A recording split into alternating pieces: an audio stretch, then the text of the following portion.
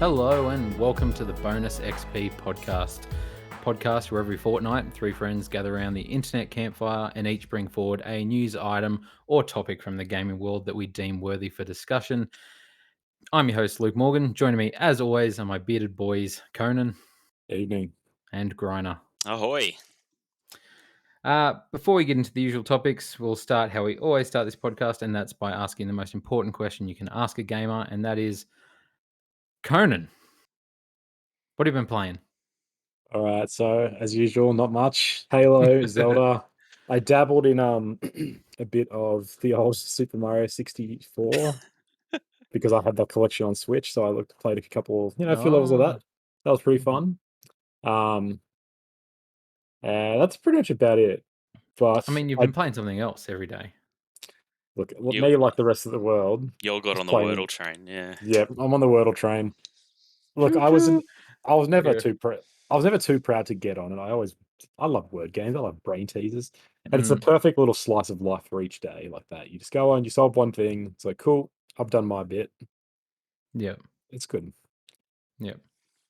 But yeah, it's been a slow time for games, unfortunately, in the Conan household. You're just waiting for Elden Ring.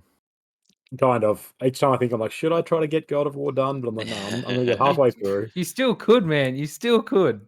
But oh well, I'll have to You, wait for after the Tarnished. I think you overestimate my powers. Yeah. Maybe. Griner, someone who I always underestimate his powers. What games have you been playing? Well, you might be overestimating my powers this week. I haven't played a big selection of games this week. Yep. I've like 99% completed Arceus, so I've the first game since the remakes they did on GBA, Leaf Green. So I completed the decks in that, or the Kanto decks. In this game, I've completed the Pokedex, which, yeah, I haven't done a lot of, and it's pretty extensive, and it's different to the other games because you can't just catch it once and it's in your decks and it's done. Like you have to catch it and then do some tasks. So that might involve catching more, involve feeding it berries, might involve battling with it to level up. So you get all the information about it because it's like the first decks ever made. Yep. So yeah, I've got like two Pokemon left, and one of them I have to basically grind out. Like I just have to keep waiting for these random spawns to happen. So I'm a little bit over it in that way. But I've really enjoyed my time with Arceus. Um, Yep.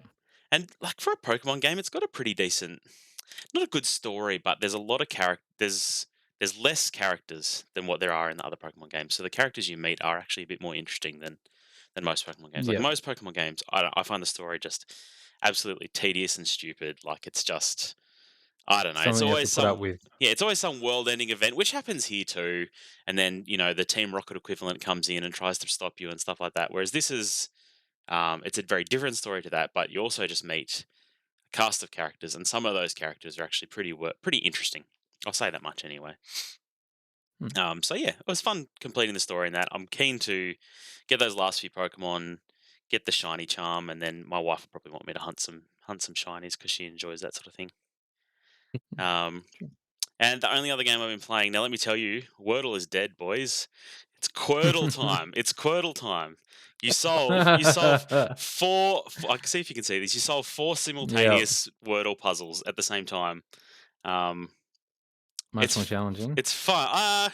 It's actually not that much more challenging because you get a lot more guesses, and Yeah. there's kind of a strategy in Wordle of you can just use your first four guesses to put out every letter that's conceivably possible that's common, and then you Hmm. know all the letters that are in each word. So it's a lot easier to do this when you got nine guesses. You just spend your first three or four guesses putting out all the common letters, and then it's like, well, Hmm. I know this word has this five letters, this one has this five letters, and it's pretty easy to Yep. slot them in. But I don't know. It's been a fun distraction from Wordle, um, Yep. and it has a practice mode, so you can just play as much as you want. So that's I don't know. That's been kind of fun. I Yep. type in Quirtle to Google and comes up with League of Legends summoner stats. So I'm also excited to get. QUORDLE. Oh, this is UE. I'm keen to get back into League after watching this. So it seems like there's a bunch of clones popping up. There is. I saw there was like a, was it Swirtle or it was like a swear word one where all the words are swear words and stuff like that. Oh, that's yes. I saw, It's yeah. yeah, I saw one where you had to guess prime numbers, which is like I love maths, but that's way too much for me. Oh god. So this fortnight, obviously, I jumped on the Wordle train as well. Um, I full on got on board. Like it's basically because I go to bed late. It's the end of my day every day. Is like it's midnight. All right, it's just reset. Here we go. And I don't solve. I don't go to bed till I solve it. Basically, so sometimes it's a late night and sometimes All it's an right. early night. It depends what word it is. But I've enjoyed it. I got all my family onto it as well. So now every day I get like it seems like I get like 18 different scores and like combinations. It was very funny. The word the other day, it seemed like everyone had 4 attempts at the word cone, and I know you did. I know 3 other people that had 4 attempts at the same word and did the same ones you did as well. So This is the shape, shake, shave, yeah, Yeah, shave. Oh, what yeah, a!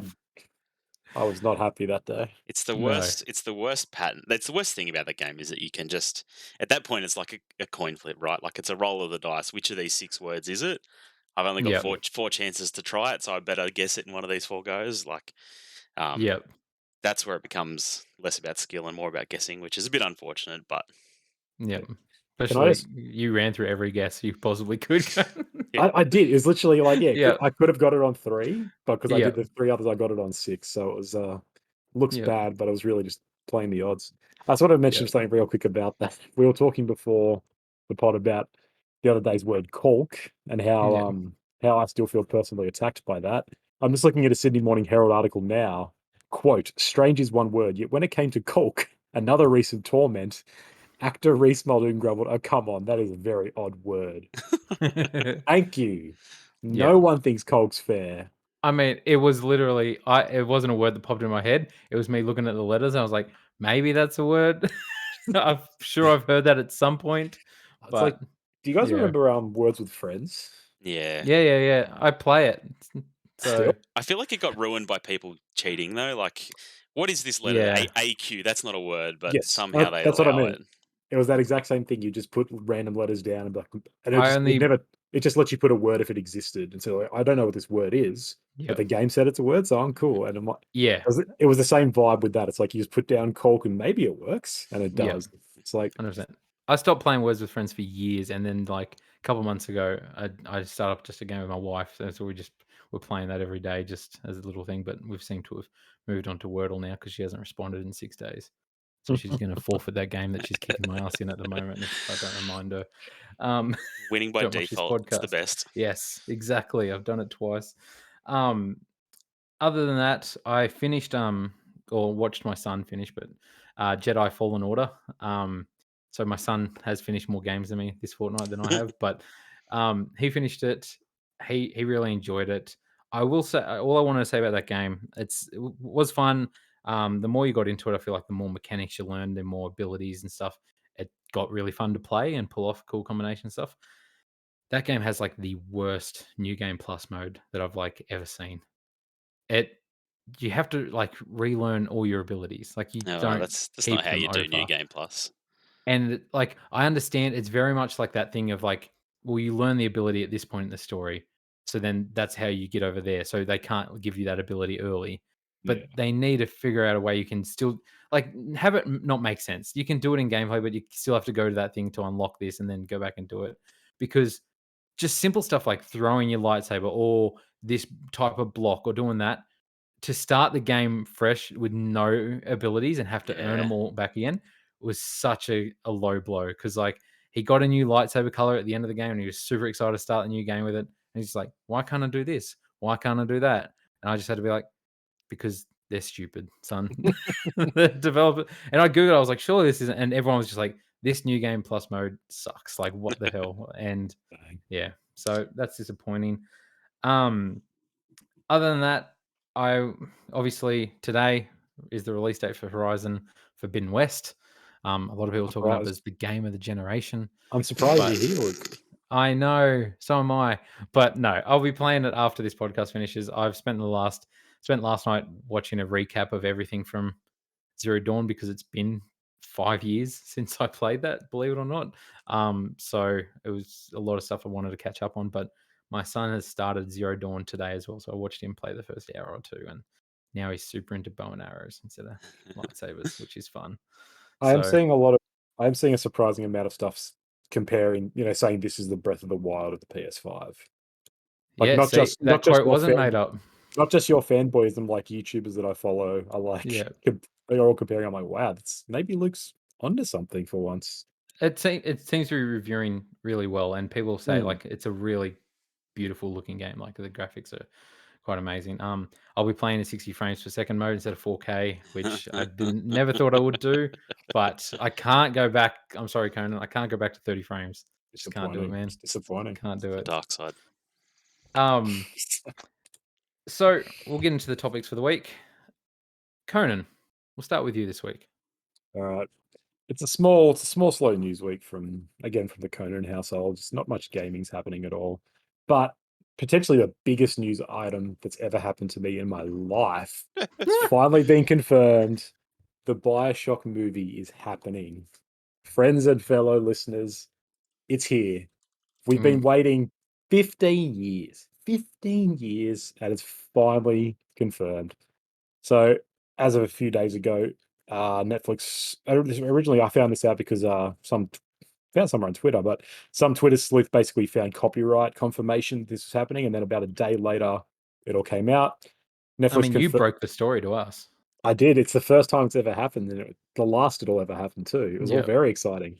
So someone found this copyright that Netflix had copyright for Bioshock there, and like the day later it broke out on IGN and everything.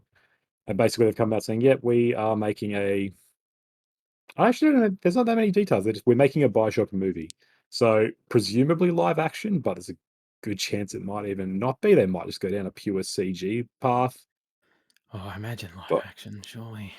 I would assume so. But I mean, like I'm just saying I don't want to be like it's definitely this because we don't know. But Yeah.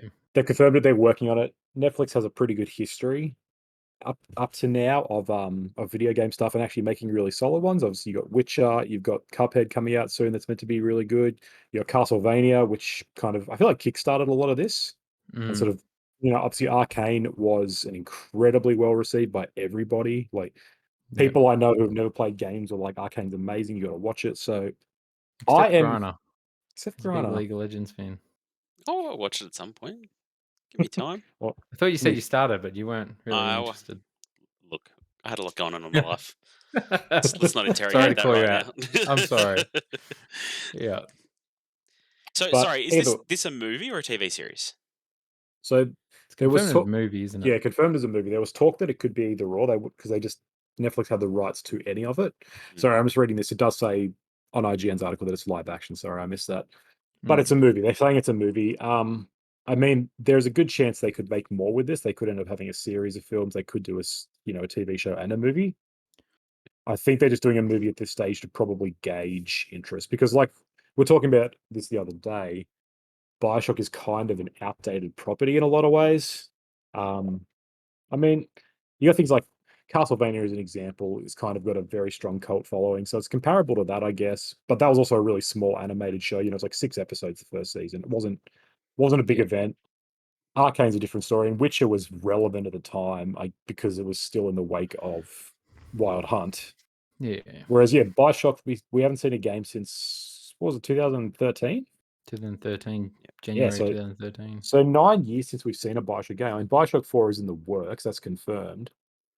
So it feels like they're probably trying to, tie those together, and they'll probably coincide somewhat, which is a clever marketing tool, obviously. But it is a bit of, I think that's probably why they're not dipping straight into a big series or something, because they probably don't know exactly how, like, what the fan base is.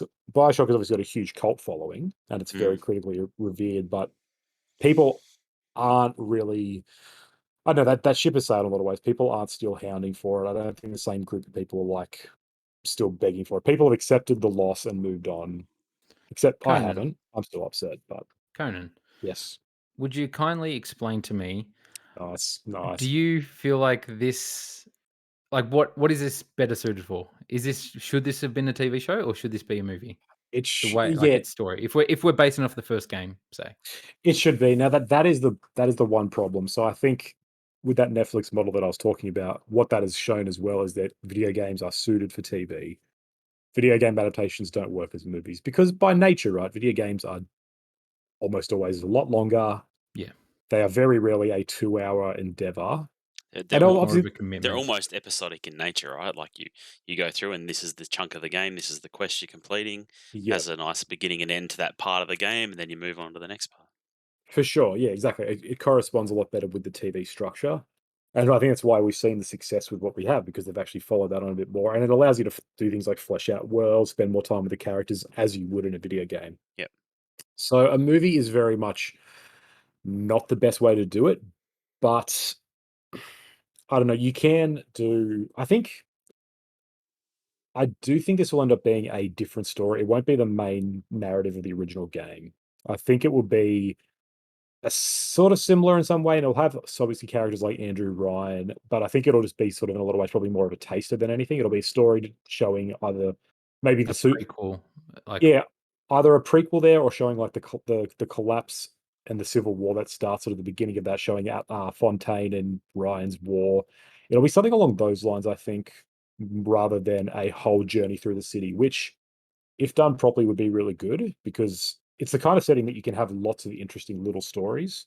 And so I would be really into it if they do a story that's just really fascinating and it's like, hey, we can do more. We might end up doing a series later. That all works well. A series would be better because it would allow you to actually explore the city and all of its sort of areas and like because that's what you get in the game. You go to different parts of it. You see this is this is Sandra Cohen's area, this is this other part, blah blah blah. So I that is a problem, but I'm still optimistic about it. so. Is Granny, you go. is Sorry. is Ken Levine the creative head behind this? Do we know, or is it? So I was just looking at Because something I mean, I if know he he is, that's wants another to. 10 years from now. Yeah, I know it could take a while, but I know It he is. wants. I know he fancies himself as a bit of a writer of all media. Auto. Yeah. At this stage, no. So he's not nothing's confirmed. Yeah, It okay. could be in secret. I would almost assume there'd be some sort of consulting, Yeah, you'd have seeing to as think he so. seeing as he is, especially if they're appropriating and they're doing something different than just a direct adaptation of the first game's story. Seeing as he's kind of an auteur, he's definitely knows the world. So I'm sure he'd come on as executive producer in some way, but at this stage, nothing's confirmed with his involvement. No. So, two things. It's kind of like I don't know.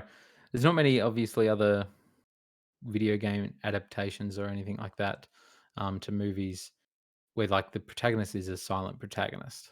Like he's not a character. Oh, that was the Super Mario film. Yeah, but so what do you see as this character? Do they flesh out and make him a character? Or is he more like a vessel for the story to be told? Well, that's a good explanation as to why I don't think they will do the game story for Yeah. Okay. precisely Yeah. that Yeah. Yeah. reason. Because the True. game Yeah. is framed in a way that you are just experiencing this world and you're going through as a vessel. So I don't think they would try to make the player character Jack as a character because the whole point is that it's not right. And that does draw into questions: how do they do the would you kindly twist? Are they even going to bother with that?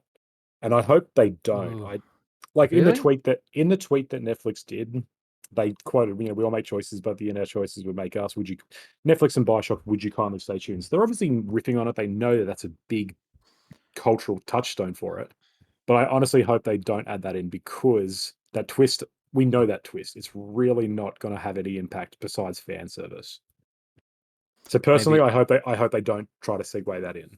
maybe at the end of the episode, it's like, would you kindly press continue? Like, we got you. I mean, that'd be kind of fun. It actually doesn't autoplay. It just stops and says, "Would you kindly Yeah. press continue?" Yeah. It's like crap. Netflix has I been doing gotta. that kind of stuff, like Bandersnatch. Like Yeah. they've Yeah. experimented in that kind of thing. So It'd be interesting maybe. to have like an interactive movie for it, but I don't know. And then so who would you cast as Andrew Ryan? Do you know? Or I haven't thought about this. I was thinking the other day. I want to do I need to do that and make a yeah, like a what is Bioshock it movie cast. a fantasy draft for it. Yeah, true. I Can be saw your someone's homework. Bring it to us next week. next week. Yeah, because I Bring think us the ultimate Bioshock cast, and Netflix will hire us. there could be some good ones. There'd be some yeah, there'd be a lot of fun ones actually. Yeah. Do you Oh, think well, that? that's my topic next week. Do you think Yep. they should tell the story of a different man in a different lighthouse rather than the one we've heard in Bioshock One? Booker DeWitt. Let's get No, the like infinite story. let's do a What are you different story that Yeah. still mirrors that same structure, like he was trying to go for. I mean, I don't know if they should. This is where it gets tricky, where with video game adaptations in general, like how faithful do you remain versus how much do you try to break out of it? And I think from my limited knowledge with something like Arcane, for an example, where I think they actually really just make a story up. They take the very basic groundwork of the game, League of Legends, and they just say, here's a story from the basic stuff we know. And I think that works better than being like, how do we make the story of these 5v5 teams battling? But Mm. Arcane's in a nice position where it's based on a game where the story is very light, right? Like there's little Mm, Yep. bits of lore here and there, but there's no, it's not a story. So yeah, you yeah, can tell, you can make up or you can flesh out that lore that exists without yeah. treading on an existing story. But I guess that's yeah, you're right. But I feel like Bioshock is also in a similar situation where the story itself is all about that twist, and it is about you. Because when you think about it, the story of Bioshock is you're going through the ruins of the city. You're going through and just you're slowly learning what happened via, firsthand recounts and audio diaries. Mm. The whole story is literally just I have to try to get this guy out. Turns out he's not who I thought he was. Now I have to go kill Andrew Ryan. So the story itself is really the collapse of Rapture told through, Mm. witnessing the end result. It's kind of like a war film in a lot of ways where you go through and you see what's happened and you try to figure out And how that went. audio tapes. And Yeah.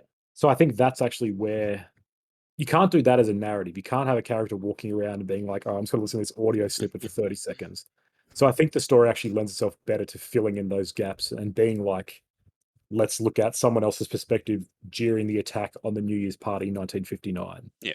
Let's go and follow Andrew Ryan, or let's go and follow the inception of the Big Daddies when Dr. Suchong is figuring this out. Like when Tenenbaum discovers Adam for the first time. Let's watch this." I think there's a lot of compelling stories from that universe, and that kind of adds into it. Again, how you add that all into one movie, I don't know. So it is a big endeavor, but I don't know. I generally don't like Netflix's original stuff. They've really sort of gone into the attitude of more rather like what is it, quantity over Quantity, quality. yeah. But again, like I was saying before, the video game stuff they're doing seems to be good. I think they are trying to make it work. And I think they are aware that this is a pretty valuable property. Like the people who want to watch Bioshock stuff are not going to just settle for shit. Or they no. will, but they'll be unhappy about it. So Yeah. they need to actually make an effort, I think. So cautiously optimistic. Mm. They need to get the people who made the Doom movie. I Yeah. watched that film again the other year, and it is the darkest looking film. Like there are no lights anywhere. It's awful. It's so badly shot. I didn't mind the first person segment Yeah, back 6 when I watched minutes. it when I was a kid, It's but kind of a neat idea. yeah, Yeah, it's yeah, kind of cool. And Carl Urban's great Yeah. and The Rock. yeah.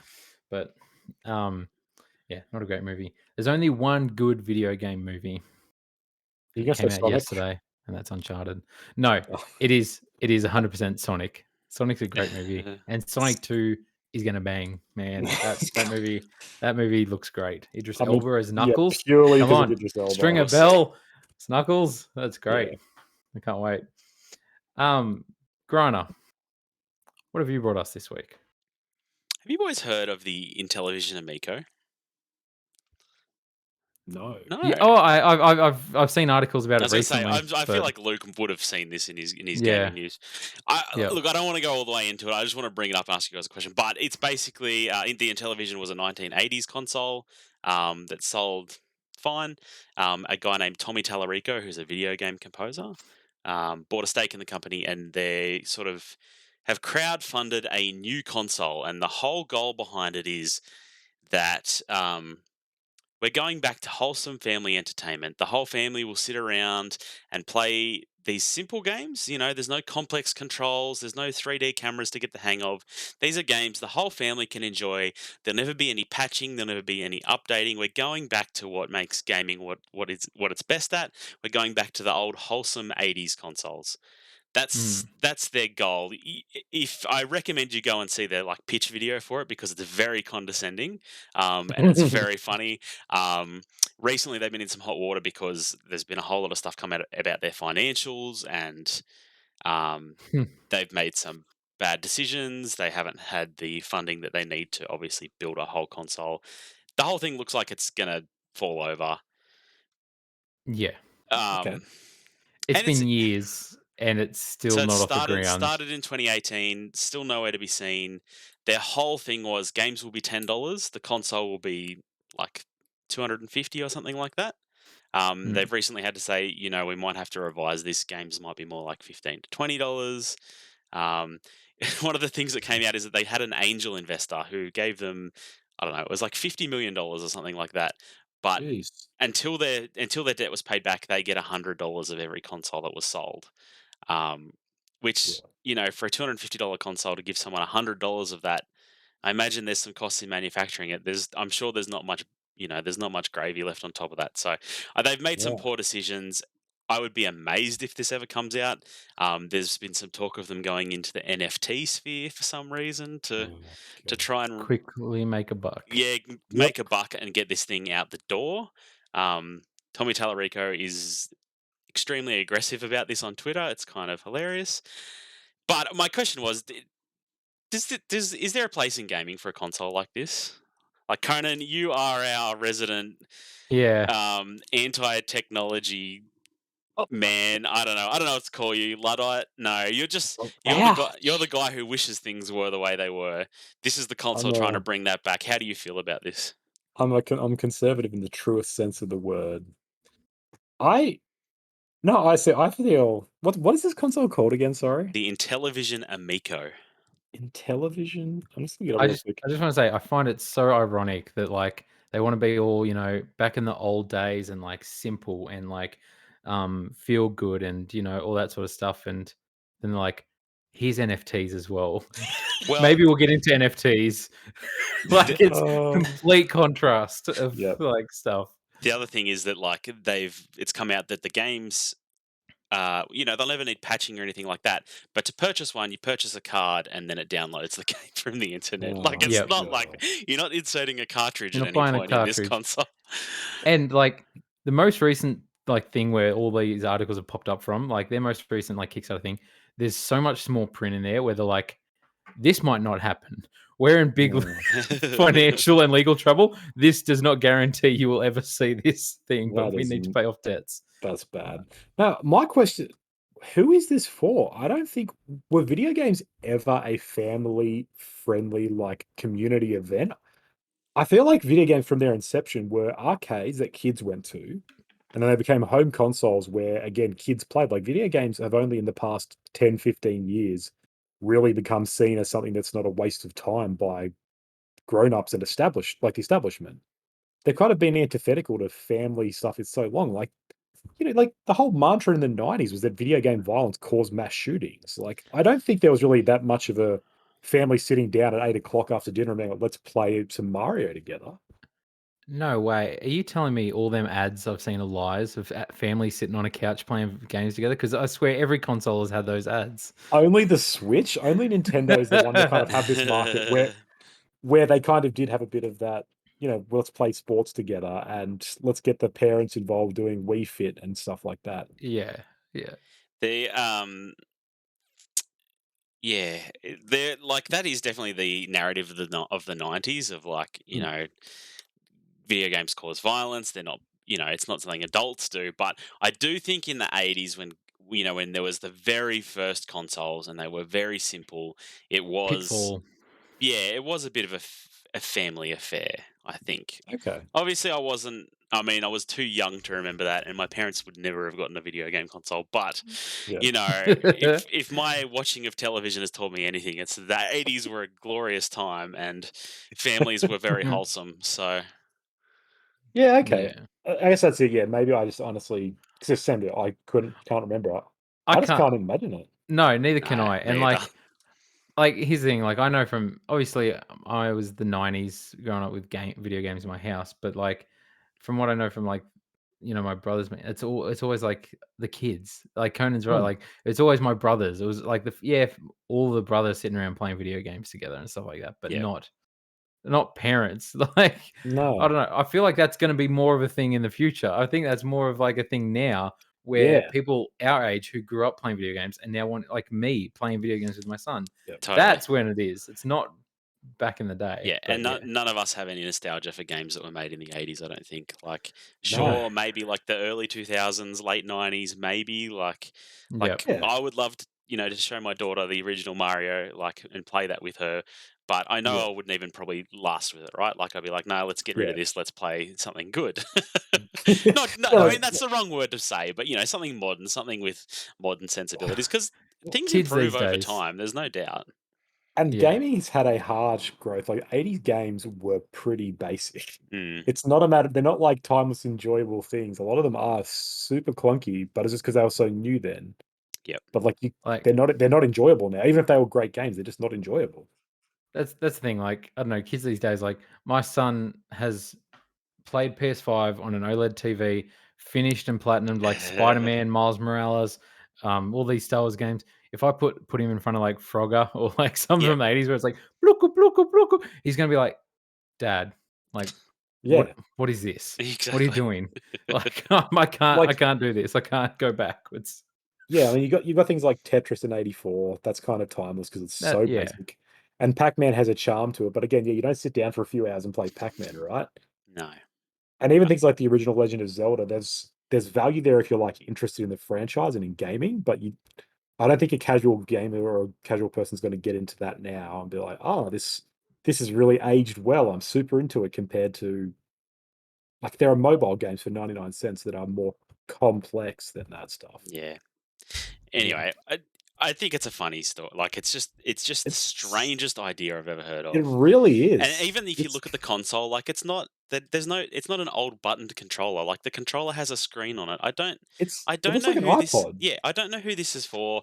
I don't know why anyone thought this was a good idea. I'm sure it's never going to come out, and I feel sorry for never. anyone who's put their money into this. But Don't put um, any more people. go watch some of the pitch videos for this because they are hilariously condescending. Yeah. And enjoy your modern video games.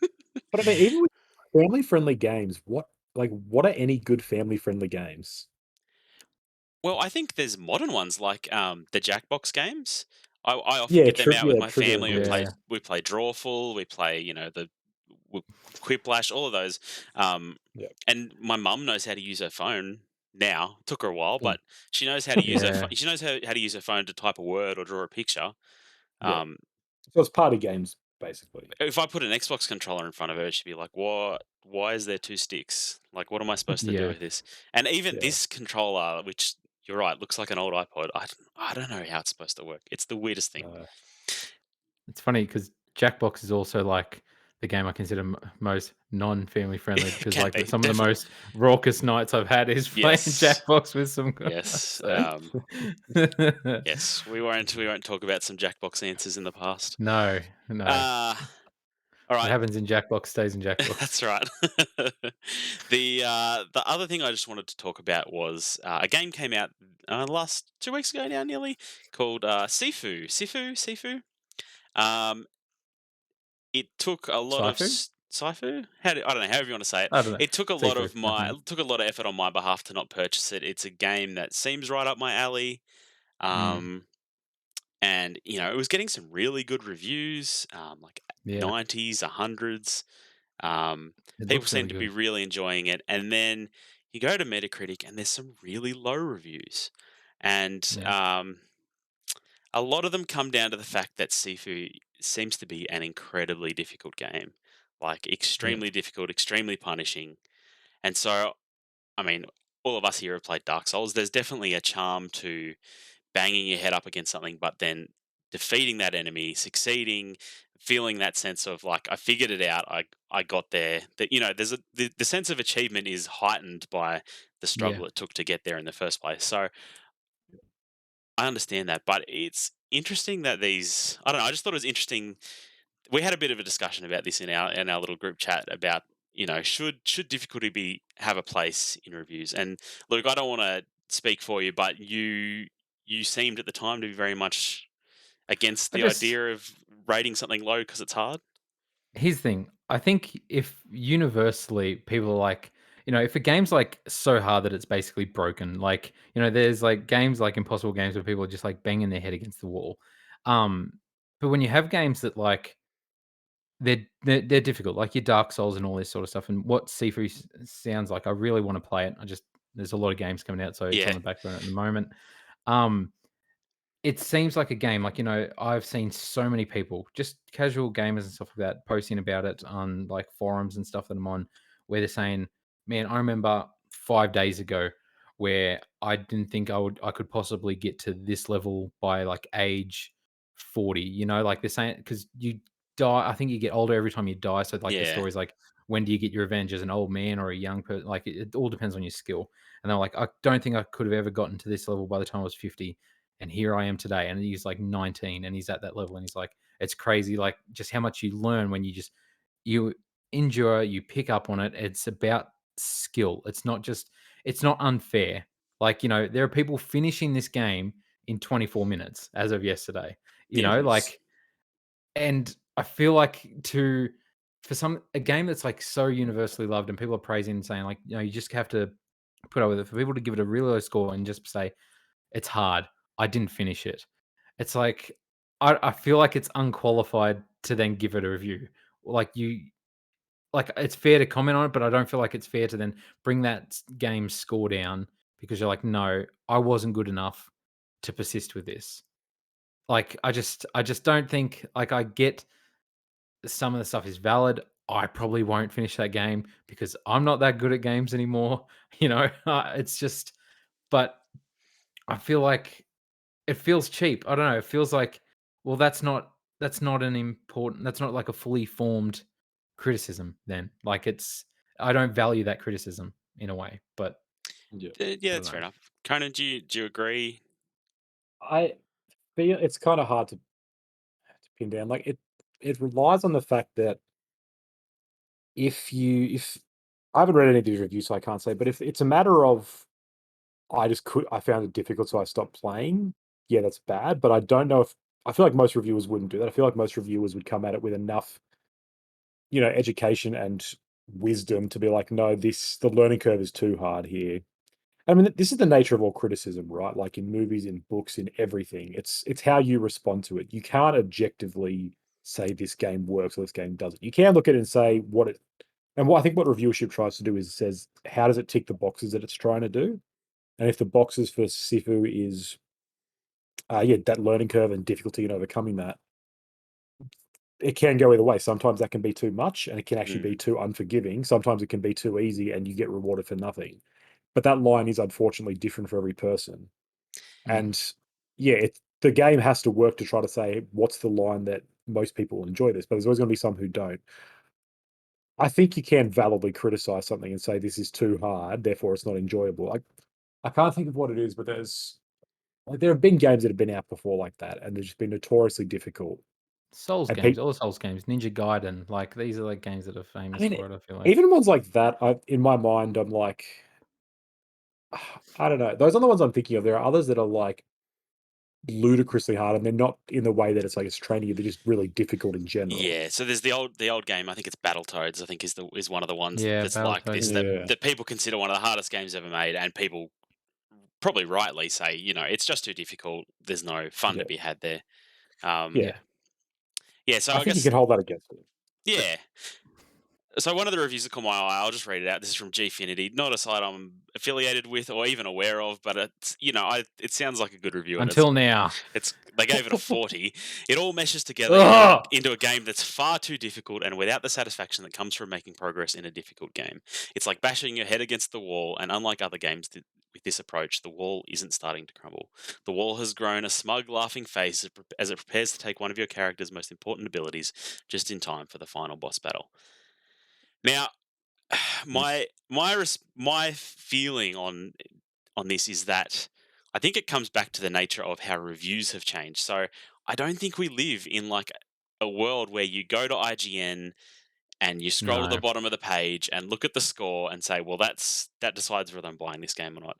7.5, nah, I'm not going to bother. 9.5, this is going to be the best game ever, because I think, and it's kind of unfortunate, but influencers have come along, and Yeah. I think there's valid Like us. like Yeah, us. I say everyone listens to me. unfortunately while we try to break through into that market, but like I feel Mm. like there is, it's valid to find people whose values in gaming align with yours and look at their Mm. opinion on it. And you have Yeah. that option now because there's so many websites you can go to look for reviews. Like this game Yep. sounded right up my alley, and I probably still will get it at some point when there's less coming out. But I went and listened to a podcast, the Next Lander podcast, and just listened to what they had to say to it, because two of the hosts on there have very similar tastes in games to me, and they were Yep. like, I don't think I'll stick with this. It's got a lot of neat ideas, but it is very hard. Um, and I'm Mm. like, well, that's probably how I'm going to feel about it at the end of the day. Like, I I think as much as I like Metacritic as a way to just go and see how good is a game in one number, it doesn't really tell the story for how much you're going to enjoy it. Like, it doesn't make No. sense. It doesn't make sense for someone who's never played FIFA before ever to then go and review FIFA, give it a 3.5 out of 10 because they don't understand how the offside rule Like works. soccer sucks. Yeah, I don't exactly. like soccer. But then the guy who's played every FIFA game since they came out says, this is the best FIFA that's ever been made. Who are you Yeah. going to listen to? I'm going to listen to the guy who's never played FIFA because that's me. But Yeah. the guy who plays every FIFA should be listening to the guy who's reviewed every FIFA. Exactly. I think the nature of reviews has changed, and I think it's okay for people to say, if you like games similar to the games that I like, this game is too hard. It's straight up too hard, and you're not going to have a good time. And I think that's a valid piece of information for someone to take away from that.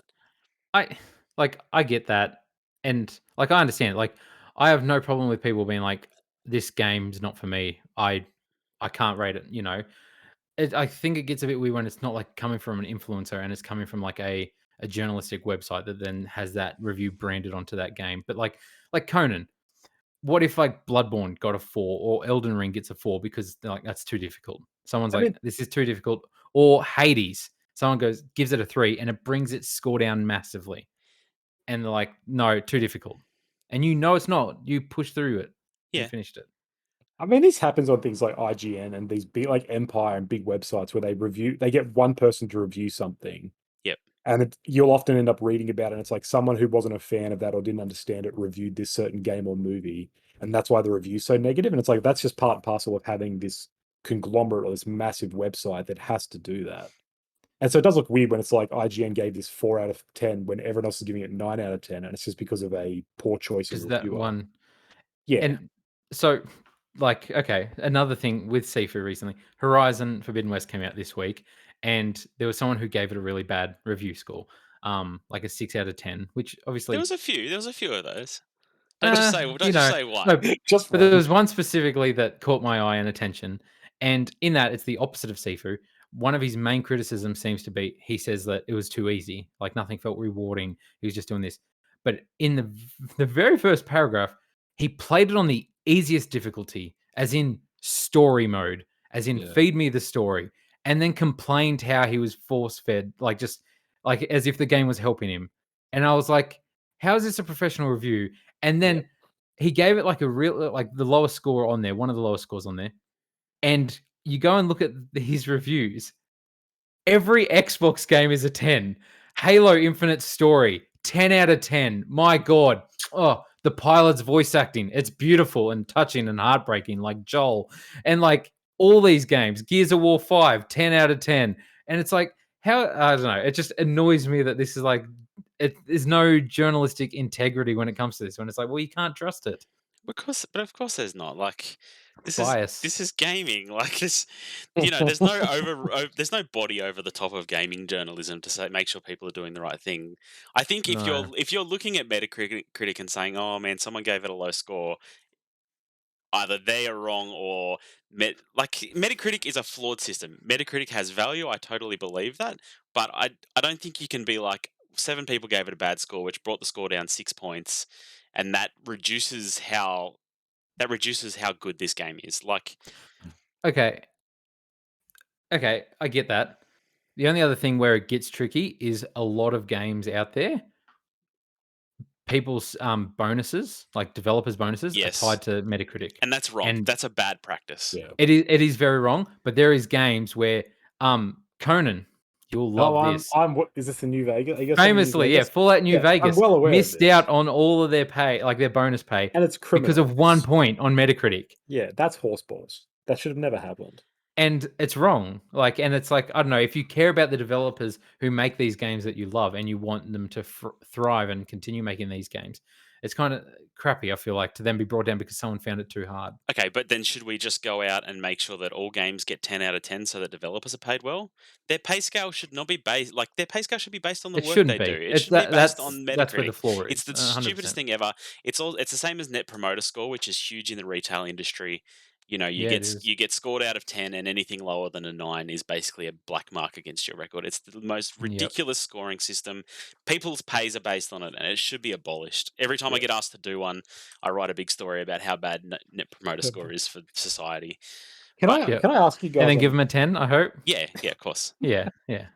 I do. Do you guys take video game journalism and ratings as as gospel or seriously? Because I've always found, compare that to film scores, where I feel like most video games come out and they're usually like, yeah, it's an 8 or a 9 out of 10. It's pretty consistent when a AAA game or a big game comes out, it gets a very high rating. Yeah. Whereas like I compare that to something like movie reviews. Movie reviews in my mind seem a lot more balanced. There's a lot more like 6, 7s, and that's still considered good. Whereas with gaming, I look at it and I'm like, this game got less than a 9 on IGN. It's probably going to be bad because Yeah. they just like, if it's a good game, they put it up on 10s. If it's crap, they put it to 4. Yep. I've always sort of found video game reviews and scores like that are kind of inherently not nonsensical, but It's I've it's I've, not I've it's not adjusted to what the yeah, scale They is. don't, Like, they and don't I've, use the whole I've scale. You're right. Yeah. yeah, and yeah. I've never taken them seriously. So a game comes out, it's like, oh, it's got 8 out of 10. I'm like, every game gets 8 out of 10 though. It's I really, that seems very average when that's a great yeah, score. That's Yeah. like, exactly. And I always yeah. feel like it's strange when they do that. Like, wow, great game is 9. I'm like, so is every other game you've reviewed. So I honestly don't even. I kind of see a need for the need for influencers and content creators to do that, to fill that void of games aren't just like, oh, they came out, and because the whole nature of making games is more complicated. So I think they get a bit of sort of not leap. What I'm struggling with my words tonight. They get a bit of good grace because they're like, you really put a lot of effort into this game, Rockstar. So Red Dead will give you a 9 at least because it's so big. And so God, Horizon comes out, it's like, it looks really beautiful. So you guys deserve at least a 9 because it looks good because you worked hard on it. It's like, that's not really a good enough reason to give it that Mm. score. I don't think these games, like, I wouldn't say like Horizon and Red Dead don't deserve their 9s out of 10. No, they Like, do for It's different just reasons. an example, though.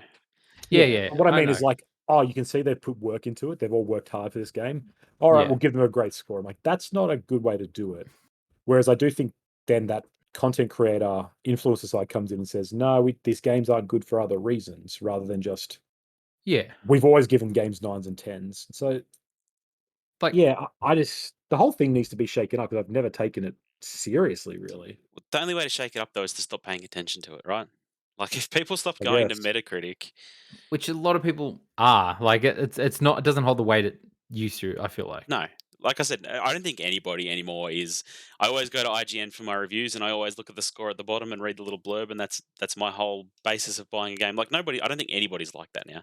Like, I definitely turn to like a handful of people who I know have similar taste in gaming to me. Like, Yeah. I'm never going to buy the Madden that gets 9 out of 10 because I'm not interested in that game in the Yeah. slightest. But Yeah, that's a perfect example because those games are getting based on their inherent nature. It's inherently a sports game, and if I'm not compatible with that, Mm. you're not going to appreciate a perfect sports game regardless. yeah. And so yeah, that's that. But that is the case with any sort of review, any good review, because things should be based on what they are, not what one person's taste dictates. And so in the case of Sifu, where if you come at this hoping for an easy, fun martial arts game and you don't get that, that shouldn't be negative. But if you're coming at it and you're still finding, like, if I come at it as a guy who loves the Soul games and I'm like, this game is ludicrously hard, that is a fair criticism as well, where I don't think that I might not think that balance is met properly, right? But man, yeah, that's the thing. Like, I don't know. The games are meant to be challenging. Like, if that's a feature of it, it's just like, I don't know. Like, here's the thing. We obviously, as I do every single podcast, I just want to bring up Days Gone for a second. Oh, So, like, goodness sakes. obviously, we can't go. How are you putting this in here? Fortnite. So, I just want to say, like, it's touching on the whole thing about using the whole scale. Like, its Metacritic scores low 70s, I believe 71, 72, or something like that. And it was very much seen as a failure by the gaming community, by PlayStation, by Sony, and everyone. Even though like it sold really well commercially, it did really well, as good as the other games that are in the high 80s and low 90s, and that's the reason that game's gone now, never to come back. Like, granted, you won't see a sequel with Deacon St. John. Like, you won't. Doesn't matter how And, much you played for it. But and I he's don't bummed. care because I don't think it's a good game. You haven't played it. I've seen but, plenty of dialogue. We can go through this again if you want. Please don't. Please don't. But that's the thing. Like, if we're gonna make the whole argument, they don't, someone who's great at RPGs, they're not, and doesn't play sport games, they're not going to give them FIFA or Madden to review. So it's like, okay, Yeah. well then, we shouldn't give Sifu to people who suck at games. But it's But- not. It's not as. I know, Sorry, I'm guys. joking. It's not that That's cut a and joke. I'm joking. like Metacritic, it aggregates scores from websites that might only have 2 people at it, and maybe they are both sports reviewers, and they're like, well, I can't play Sifu. Like, Yeah. I think Metacritic is hugely flawed. It has value, but it shouldn't be used to adjust people's pay scale. That's ridiculous. And I Yeah. think getting up in arms about a review bringing its score down is silly too, because that review is probably valuable to someone. There's probably someone who looks at that and they're like, there's no way I'm going to enjoy this game. And that's good, because you don't want, that game is not for them. But if Yeah. you just looked at all the 90s, they'd be like, well, maybe I should buy this game because it's getting such good scores. But have you guys ever looked at games and been like, it's all getting 40s and 50s, and you're going, I'll still give this a go? Or have you usually been like, that's really bad, I'm not going to even risk it? I feel like I very much align with critics mostly. There's not many games that are like rated low other than Days Gone.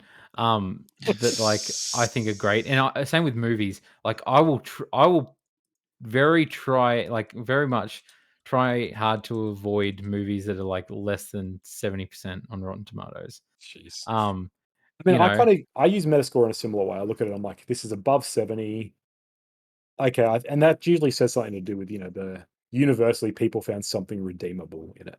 yeah. They found good stuff overall. Even if some people hated it, the vast majority didn't, or most people like it's solid. And so I kind of always see it as that, right? I look at it, and if everyone's like Horizon Forbidden West is 9.5 out of 10, I'm like, even if it's not the perfect game, it's got some good stuff to it, obviously, because enough people saw that. Like, But I don't think there's movies out there that have like 12% on Tomatoes, and I'm like, oh yeah, that's gonna be a great movie, except for Mighty Ducks, which should be 90. the movie sucks. Yeah, but I feel like it's similar with this. Like we're saying, it's reviewers and stuff are kind of useless and dying, but I still think at the end of the day, we do kind of look at it as they hold a standard. And I do Yeah. feel like if it falls below 50, 60%, even if we don't realize it, we usually end up ignoring that stuff and we go, we can disregard this pretty safely because every reviewer did as well. I do think there is one exception to that, and that is Game Pass. Game Pass is like, I have tried games on Game Pass without looking at the review scores or anything like that. Like Yeah. the Gunk is the one that comes to mind recently. It's sitting at 67 on Metacritic, pretty low, probably lower than most games that I would play. But You wouldn't have bought it to try it. I 100% would have been very disappointed if I paid money for it. But I did Yeah. finish. I did finish that game because it was free. I had a few hours on a Saturday morning. I don't know. Yeah. Like, I think Game Pass really muddies the waters on even the value of reviews. Like, it's nothing to try out a game for an hour and see if you like it if you didn't pay anything for it. That's I mean, the nature of it. You go. That's the thing with Sifu, isn't it? It's like it's a $70 game. Yeah, and that's one of the big So- reasons I didn't buy it, because Yeah, like if it was it's on Game Pass, I would have been expensive. playing it. Like, and if it was $20, I would have been playing it. But Yep. a game that I know I'll probably suck at and probably won't be able to finish, Yep. I don't want to buy for $70. Like, No. it's yeah.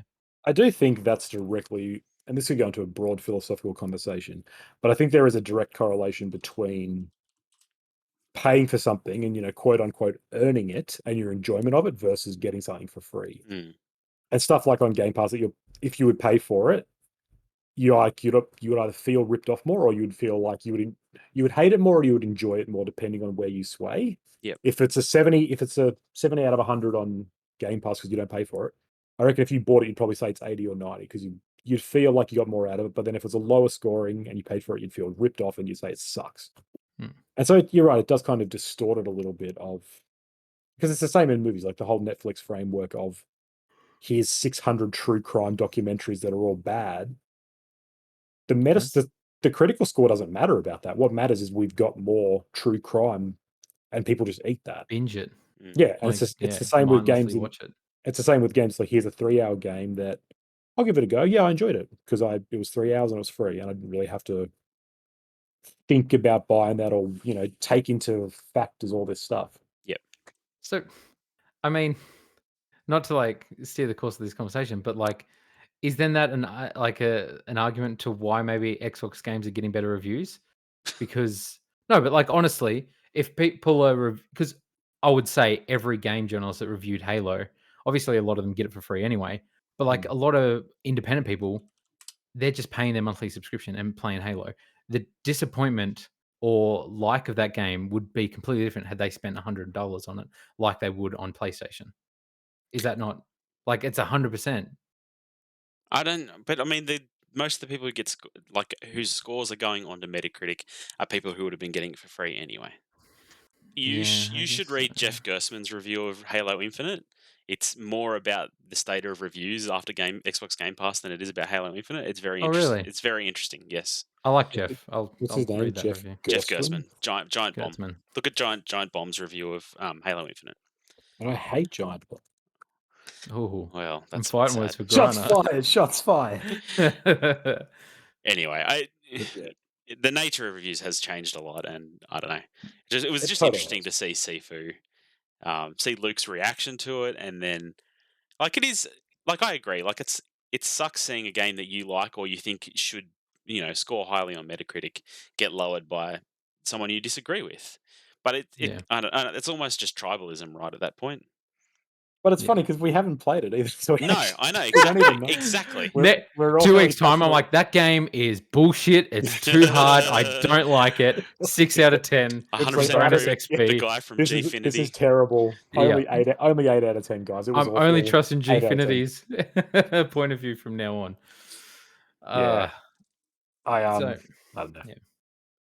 It's interesting to discuss. We'll see once Elden Ring comes out what its reviews are like. But Oh, it'll be all 10s. speaking of Sifu and not doing what Dark Souls and all that did though, they added an easy mode. They're adding difficulty modes to that to Are make they? it easier. Yeah, right. Yeah. So I mean, there you go. again, I think there's something valid in saying, we've turned off a proportion of people who would have maybe purchased this game by making it too hard. If we had difficulty settings, we might get, X amount more players. That's good for them. I don't have any problem with that. Some people will be like, well, that waters down the experience and it lessens my like experience because I finished it and they didn't, and they finished But- it also, but they didn't fight as hard as I did. I guess what is Sifu though if it's not difficult? If you can play the game without challenge But and you beat it in 40 minutes for $70, is it are you going to review it good then? Who- Like I don't think so. who cares though? You paid the developer. Yeah, okay. I Like guess they so. don't care at that point. And a lot of the reviews are like, the combat system in this is really cool. I just wish it wasn't so hard.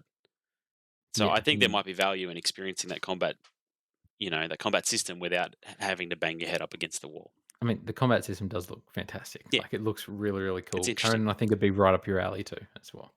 I don't know. Need Something to. about I'm just not interested in it. Hey. I don't know if it's just martial arts games, but like things like what was that? Shinamura? Ghost of came out- Tsushima. No, that also sucks. Shenmue 3 Oh. came out. Like it That's had a only few, if you like the originals. Though. Yeah, But I that's mean, not a martial arts game. That's a whole other thing. but I mean, That's- yeah, true, okay. That's a That's, very that's niche a market. Japanese slice for new of fans. life game is what that Slice is. of life. I don't know, martial arts games in general just don't seem like my kind of jam. True. Fair There's enough. just nothing about, even though I like the Souls formula, there's nothing about Sifu specifically that I'm like, that sounds cool. I'm really just like, meh. Yeah, true. Fair enough. Well, we'll wrap it up with a small topic this week. I was just thinking recently about some of my favorite gaming memories. So Hey. this can be like from your childhood, playing game with a friend or anything, or just a specific experience of like, oh, I remember just playing that game from start to finish and just like what a thrill, what a ride. So we just wanted to get some of your guys' favorite gaming memories. Conan, I'll start with you. So my favorite one was it was 2021, and we decided to Ooh. start a podcast about video games. And I've never been happier. Oh, look at that. And then we Uh, all had to play 12 minutes. It was the worst decision ever. Highs and It lows, was the man. worst of times. um, yeah, I think I don't know. I don't know if there's any specific. Sorry, the only one real specific memory I can think of, like that I can visualize everything there, was on my birthday, 2007, Bioshock. And I had some Mhm. friends over on my birthday, and we didn't know what to do. So pretty much, I was playing Bioshock, and they were watching me. And Yeah, it was both the stupidest time because we were all just like, "This is boring," but it was also really funny because we were just watching Bioshock, and I was just like, kept trying to fight a Big Daddy and kept dying, and it was a lot yeah, of fun. And there's this weird moment of like, this game's really cool, and we're just having fun, sort of experiencing it. But that's a tidbit.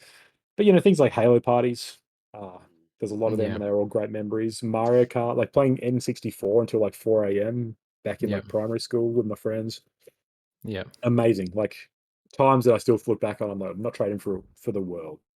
yeah, definitely. Grana, what about you? Yeah, I was going to mention Halo parties as well. So that was a big thing in my teenage years. We would all get together, bring our big old CRT TVs together. I had a Ethernet switch. I was the only person that had one, and I bought it specifically so I could system link Xbox consoles. And so yeah, that was, I don't know. I have a lot of good memories of staying up very very late and playing Halo. I don't know. It's a very good memory in my mind. Yeah, Um, the other ones I had, so the first time I played through Portal, like I knew nothing about Portal. I had no expectations. Nothing was spoiled for me. And I remember sitting and playing through it in one sitting and just getting to that moment where GLaDOS reveals her true nature and just being blown away by like this game that I had zero expectations about. I had zero things spoiled, and it was just, I don't know. There was something really special about that for me because I don't know. A very pure moment. yeah, Um, yeah, and then I remember playing Knights of the Republic for the first time. That was the first RPG I ever played, yeah, which seems weird to me now, but it was, yeah, there weren't a game that I ever had much interest in. And I just remember exploring this world and making these decisions and allocating points into stats and just thinking, this is the coolest thing ever. Why have I not played any RPGs before this? I'm yeah, talking to Gungans and I'm yeah. cutting people up for disagreeing with me, and I'm redeeming people back to the light side. This game is just the best, and I sunk so many hours into that game. Especially as a Star Wars fan, that would have been like Mm, like the perfect like first RPG sort yep, of thing. yep. Yeah. See, like obviously like you guys, a lot of mine goes back to the early days, like when I was a kid. Obviously playing with friends up all night and everything like that. You just reminded me, Grana.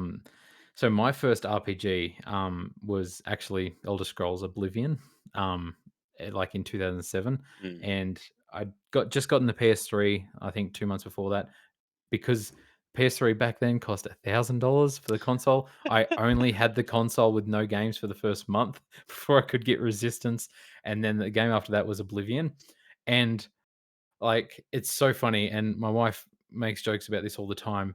You can literally see when you go back and look through my school reports when Oblivion came out on PS3. I went from like the top classes to the bottom classes because I got like in to that world. Like I was in Oblivion. I refer to them as like my Oblivion months because I got so enraptured in that game because it was my first RPG. I just remember leaving similar to Fallout 3 like the next year. Like when I you leave the sewers in that first Yeah. and like it's this big world and I was like, man, and just like even to this day, I hear pieces of the music from that game, and I'm like, "Oh, I feel like I'm in, like, a cabin and it's raining outside, like, there's guards coming after me, calling me criminal scum." Like, it's just like that game has such a special place in my memory. I think it was 4 to 500 hours into Oblivion and just adored that world, and I remember being so enraptured, like, this is the coolest thing ever. He had Sean Bean voicing one of the main characters, and I thought it was One of, amazing. one of 6 voice actors. Exactly. He dies. Spoilers, but Sean Bean dies in everything. Yeah. And so my first video game experience as well that I remember like watching was the first Metal Gear Solid on PS1. It's why I fell in love with that series and what got me into, I think, the storytelling side of video games more. I just remember every day coming home from school, like primary school. I think I was in kindergarten or year one, and just like begging my older brother, "Can you play Metal Gear Solid again? Can you please play Metal Gear Solid again?" And because that game's like a 4 hour game, there were so many nights where he'd sit down and play it start to finish, and I'd just watch him finish Metal Gear Solid. I'd be like, "Wow, that's so cool."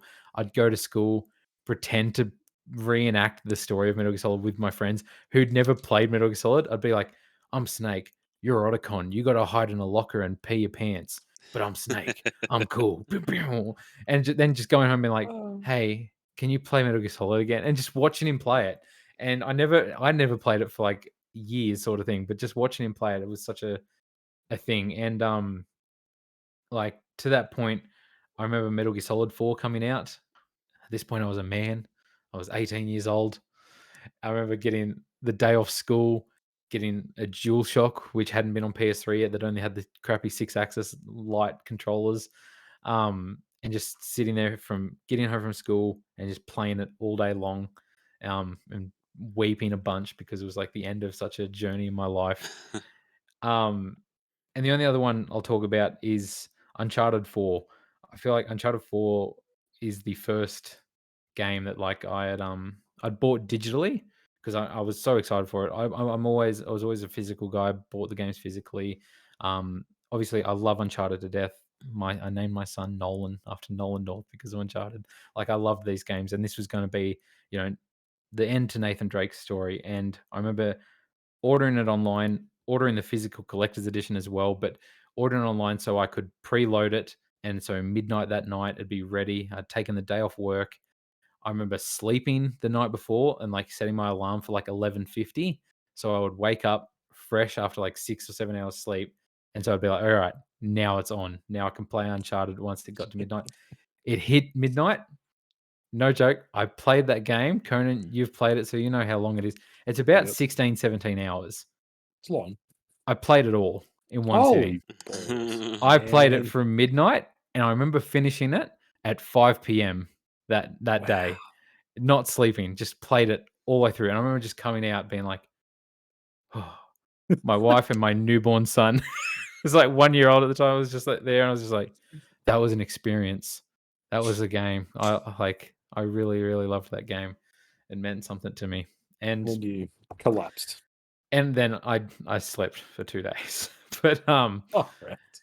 yeah, and obviously, like you guys, Mario Party games with friends when I was younger and just playing weird games. I feel like the PS2 era was a bunch of weird games for me. Like I'd have birthday parties and like me and my friends would just play Juiced or like Burnout all night sort of stuff and just Red Faction, like yeah, all those random yeah, games. like random PS2 games. And I remember playing Tenchu on the original Xbox So good. um and just like you guys said, Halo.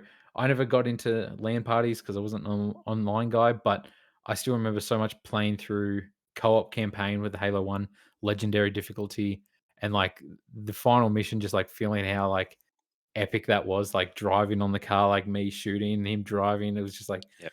such a bonding moment, me and my friend. And it's you'll remember that stuff forever. And I feel like that's stuff that doesn't really happen these days or exist. But I The- do think it's. yeah, Oh, you go, Grana. I was just going to say the internet's a terrible thing. it's a curse. Yes, It's a this is gift and a why curse. this is why I'm conservative on technology, because you really do lose that. Like all the best memories. I have a lot of good memories of like me discovering games like Oblivion, Fallout, Yeah, Bioshock, Mass Effect, stuff like that. That I look back on, I'm like, man, that was great. To just sit alone in my room and not talk to anyone, and just play that game. yeah, But then I'm like, all the best memories are social ones. They're playing party games with people. They're just sharing it with a community. yeah. And like playing it online is not the same. Like It's not. it's still got value, but yeah, it's really not the same. And it's sad. I really feel if they do Halo Infinite co-op campaign, you guys come over, we'll just play it all night. We'll take Split screen. 2 days off work. Yep. Play But through they'll that all be campaign. like, "Man, the screen's so small. How did we used to play in this little corner?" We'll hate it. I guarantee it. But anyway. True. Yeah, You guys will be yeah. like, put it in 60 FPS. I'm like, this sucks. Take it off right now. Conan's one square is 30 frames per second, but can't do 4K high resolution. Oh god. But Uh, yeah, like I feel like sort of what you said earlier, growing up, Jackbox is the probably closest thing that I feel like, when we've had birthday parties or anything, and it's like just friends laughing and goofing off, playing games and stuff like that, or Smash Brothers, recent memory as well. But yeah, it's Mm. the couch co-op and couch competitive stuff has definitely gone away. GoldenEye, man, that was a great one with friends as well. But oh man, more Yeah. hours than I can count. Stop screen cheating. yes. Yep, exactly. Cardboard boxes on the TV. Uh, But well, that's all for this week. We'll wrap it up. You can follow us on social media at Bonus XP Podcast. If you liked hearing us talk about video games, you can also hear us talk about movie trilogies on our other podcast, The Good, the Bad, and the Worst. If you like us, if you like Conan specifically, you can check out his book yep, on Amazon or Kindle, The there it Taste of is. Iron. I mean, talk about memories with your friends. Like, Speaking of writing, exactly. one of my writing. Oh, sorry. Speaking of game music and Oblivion soundtracks, one of my writing background noises is an Oblivion medley, just like 2 hours on loop. Yep. So I wrote a lot of that book listening to Oblivion background noise. Is there There is we there go. a, is there a small sequence in that loop that has a guard talking to you in the same voice There's as there's the a guy next to him? there's Oh a man, conversation in the book that's taken verbatim from Oblivion. just man, there's conversation in that game with 5 characters talking and they're the same Same voice actor. voice. Yeah. It's great, It's man. so I love good. it. I love it. I love it. It's so good. Like and subscribe, share, tell us with your friends, all 4 of you out there watching this. And yeah, drop a comment if you want other topics discussed or what your favorite gaming memories are. Hmm. And we'll see you next time. Bye. Peace. Peace.